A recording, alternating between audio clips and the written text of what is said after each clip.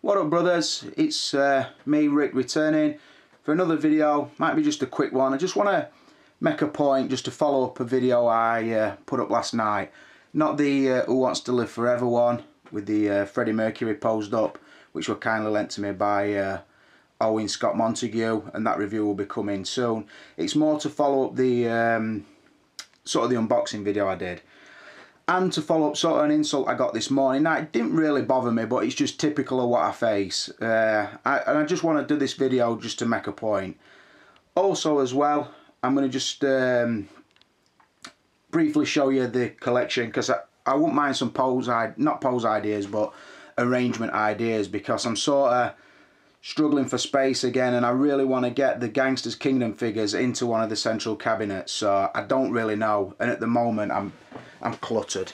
I'll just show you. Obviously my Hulk's here, Thor there, down here we've got Spider-Man, Iron Man, two Predators. I've got the spare Gangsters Kingdom bodies there.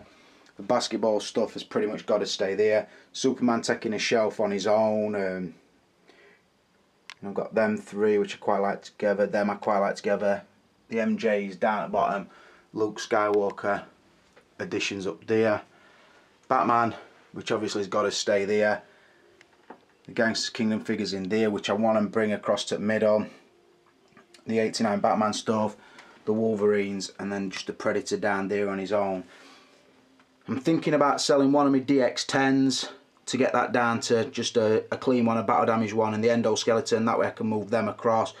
Bruce Lee's, I'm going to have to put in with somebody else. I think I'm going to have to bring Superman down here, but I don't really know. That's what I'm thinking. If you've got any ideas of what I can pose with what, I'm thinking about putting Predators with Terminators. I don't know if that would be a good look. I don't know. But anyway, if you've got any ideas, just leave them in the comments. Right, this is really what I want to get onto in this video, and tell you something that some of you won't know, some of you probably will. And this is sort of, I want to make a parallel, and it'll become clear as the video goes on. What a lot of you don't know, probably most of you look at me and listen to me and think I'm a typical northerner, quite mouthy, uneducated, a fool maybe, a comedian, some of you, an hooligan. I know I've been called an idiot, a loudmouth, a lot of things, a lot of complimentary things as well. What I haven't been called before is an artist. Now, I don't know if I would class myself as an artist or not. I think a lot of people do have strengths in certain forms of art, one way or another. Be it drawing, be it painting, be it music, be it singing, be it dancing, whatever, forms of art. Even if you're down to sports and you express yourself that way, a lot of people will have strengths. One of mine, when I was younger in particular, was drawing, just pencil drawing. So as you can see, I'm going to show this. So I drew that in 96, which is probably the last picture I did before my son was born. You can see it says RB, it's 96 there.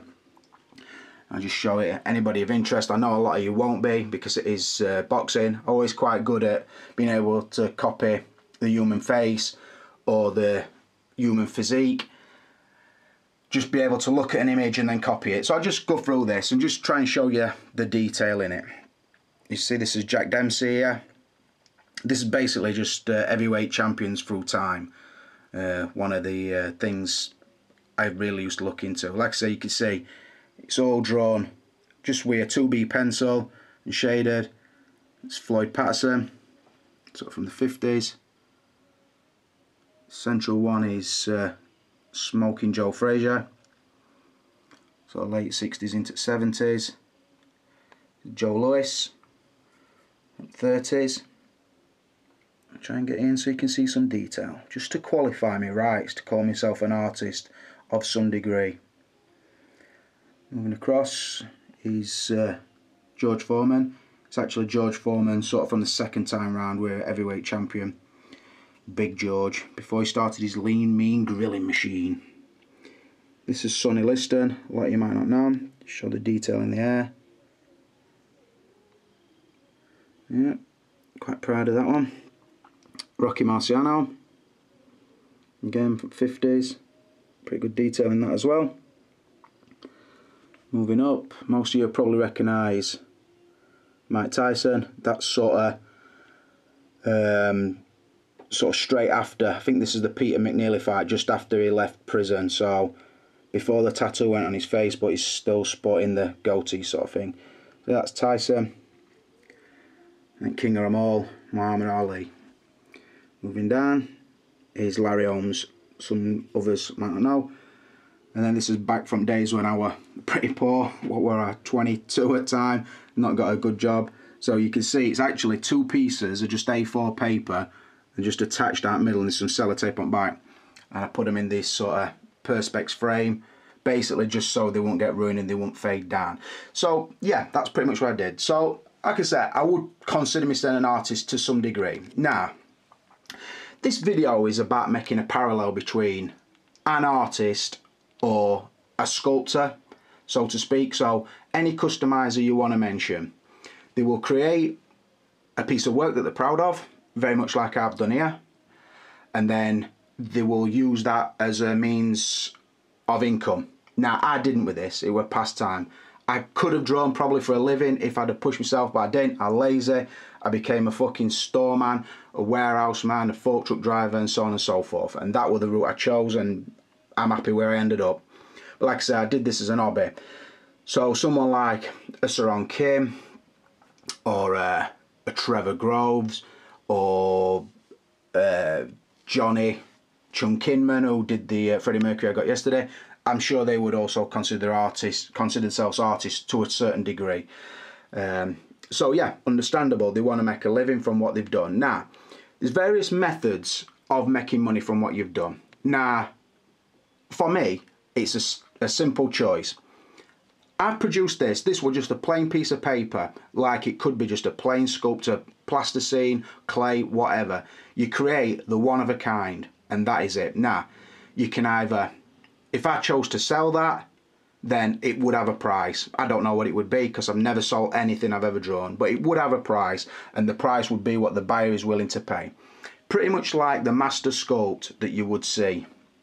It would have a price. Now, if there were interest now in this and people said to me, I want to buy this, I've got two choices what I can do. I can either sell the master, which it is, and then I've got to think in my mind, right, if I sell the master, it's gone. The artwork I've created has now gone. It's gone forever. I have nothing to give my kids and say, look, your dad did this when he was 22 years old. So then I've got to think, I need to put a price onto this. Now, I'll tell you as well, just to back that up, the only reason this and the one behind it have come out at Loft are because my daughter were doing a show and tell at school just before she finished, and actually used this as a way to say, I want to be an artist like my dad. And I thought, well, I'm not an artist, but she sees me as one. So to me, that would put an high price on this piece. So, like I said, to buy the master, in my mind, you couldn't buy it because it's a one of a kind. Now, if I still need to generate money, I can then run copies off of this. I could have them done, I don't know, an eye detail print and sell the copies.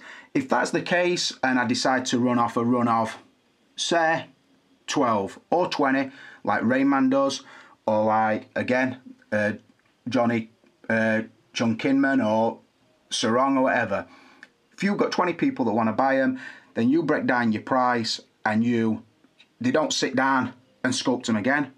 They run them off a recast and they do it again. Pretty much like I would take this to a printers and say, print me 20 copies off for that, and then I would have an idea in my mind of what that should cost the individual person. Now, if I would consider myself an artist of any note, like them guys probably do, then you would put your prices to a certain amount. Let's call it $300 for this picture, or a print of this picture, or a recast of this picture if you like. And we say, right, that's $300. When them 20 have sold and others still want them and they've no means of getting them, what would they do? They could come to me and say, can you print me some more off? Or they could go to Trevor Groves and say, can you recast me another one? Or what can happen is somebody might buy a copy of that from me and decide that they want to then make money and reprint that and pass it on. Now, what can the artist do? Basically nothing is the honest truth. You can't do nothing. Is there a problem with it? I would say it sort of takes away from the artist. But on the flip side is, if the artist generated enough for everybody who wanted them, then it would kill the secondary market. And also, if the artist produced them at a price that everybody could afford, then there wouldn't be the need for the secondary reprint of it. Do you see what I'm getting at? Now, what I do disagree with strongly is someone trying to pass off the original as the genuine thing. Now, in this case, there is only one genuine item, and that is this one. If prints ever started showing up, then they could never pass it off as the genuine item, because I know the genuine item is here in my house and always will be.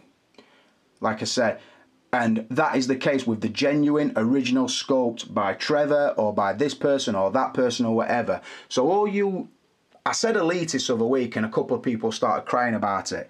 All you that went out and spent the initial money and then slate other people for buying copies or recasts, I think the name elitist fits, because why does it bother you? You've got your original, you're happy with it. If somebody's happy to go out and buy a recast or a copy, then why should it bother you? I don't get it.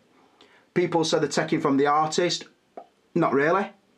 It's money that the artist could have, but then you've got to put it down to, well, why don't the artist create more then? I'll put a short pause in here. We'll move on to the next one, and I'll carry on my point. Moving on to the next one. Some of you guys might not know this. I would think the British guys probably does. It's Prince Naseem, one of my favourite fighters of all time, and probably one of the best British boxers of all time. Now, this one, to me, would be worth a lot more. For the simple fact is, when I drew it, I took it down to his gym, which is just down the road from me, basically. It were at Newman Road in Sheffield, about 5 mile away tops. Took it down, left it in with him, he signed it me, and I went and collected it. As you can see, all the best, Naz Ahmed and Prince underneath. Again, I drew this one in '95, just after he become the champion, just beat Steve Robinson, I think, for a championship. So yeah, that, like I said, that is a one of a kind, and obviously I could sell prints of that if I want, or recast it if you like, sell the prints, the major copy over there. Then if the people who bought the print start to do their own reprints, like I say, so be it. What can you do? Now, the reason I'm making this, I just wanted to show these, is because I put this up yesterday. And I'm going to tell you the story behind this. I can honestly say I don't know who did the master of this sculpt, but I will say whoever he were did a really good job. I will also say this is not an original, so to speak. Not that any of them are the original. There's only one original, and then everything else has been recast from it. I'm going to actually put the light on, as if like magic it's on. I can't remember the guy's name, although I know he's active on Sideshow Freaks, surprisingly so, the home of the fucking whiny bitch. That's where they congregate. So I wouldn't have done this video, but this morning a guy's basically put a comment on my unboxing video yesterday saying, did I hear you correctly, you support recasters, what a piece of shit you turned out to be. Something like that. Now, I'm assuming, the fact I don't know him, I'm assuming that he's bought the original one for about $300 or whatever it were for the painted version.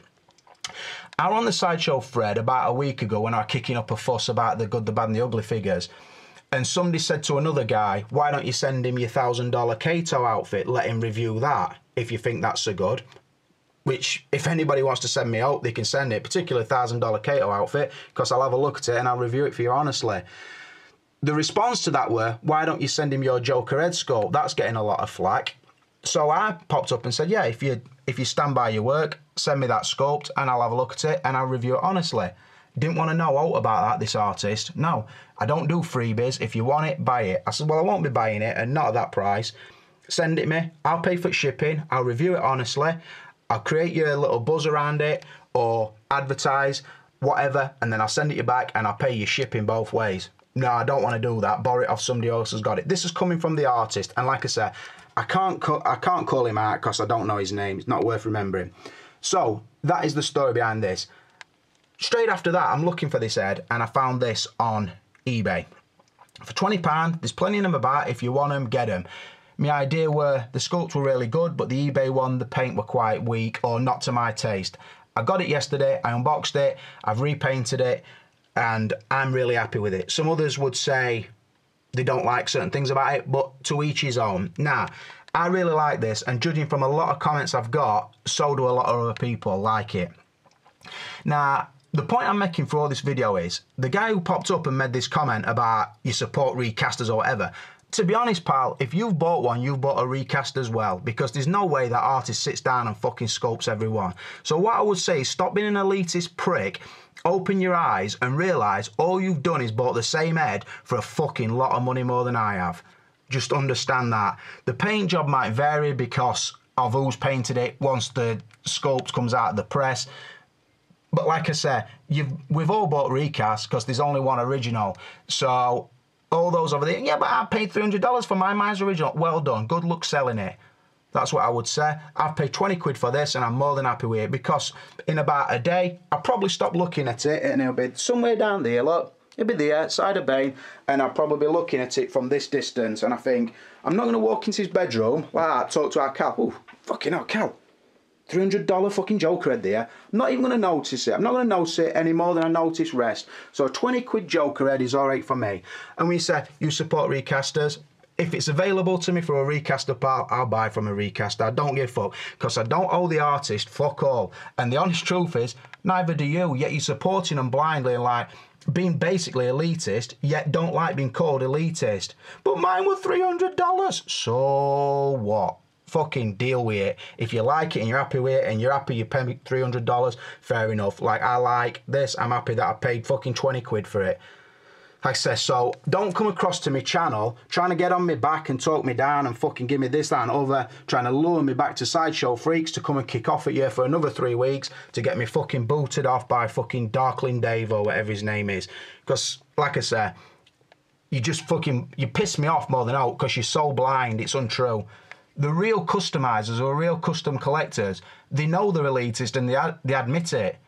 I know a lot of good people. I know some people probably have got best custom collections out there, and they're all good guys, and they can all take what I say with a pinch of salt, and they don't get too fucking caught up in it. But it's the little minions who have just created the fucking Sideshow Freaks account who hang on every word I say, or so it seems, and then want to jump on, you piece of shit, you support a recaster. If you think your Joker looks better than that and you're happy paying like fucking an extra $350 or whatever you paid, then good luck to you, pal. I'm not going to come to your page and say you're a piece of shit for only buying and being elitist. If that's what you want to do it. But like I said, don't be fooled and think, oh, I've bought an original. That artist's going to sit down lovingly with a big chunk of plasticine or a piece of clay, and he's going to sculpt that, and while he's sculpting it, he's going to be thinking about me, and then he's going to lovingly send it to a painter who's probably best painter in the world because he charges $300 for a paint job. Oh, and they're going to be thinking about me all the time. No, they're not. You're just a fucking paycheck, you arseholes. Anybody can buy the stuff you've got. Why be elitist to buy it? Why not share what you've got and stop being a tool? Popping across to Uncle Clipper's channel, calling me a piece of shit and this, that and other. You just fucking rile me up. But anyway, I think that's enough on this video. Like I say, just remember that there is only one original art to these head sculpts or to these drawings or fucking whatever you want to say. We're all artists in our own way, boys. Some are better than others. Like I say, some want to charge more than others. Some have a little army of minions trying to justify everything they try and sell. But like I say, the true artist, I think, would keep the work to the sends, surely, because there's no amount of money that could be offered for that picture to stop my kids getting it when I'm dead and gone. So that is my thought on an artist, boys. But for now, I'm out of here.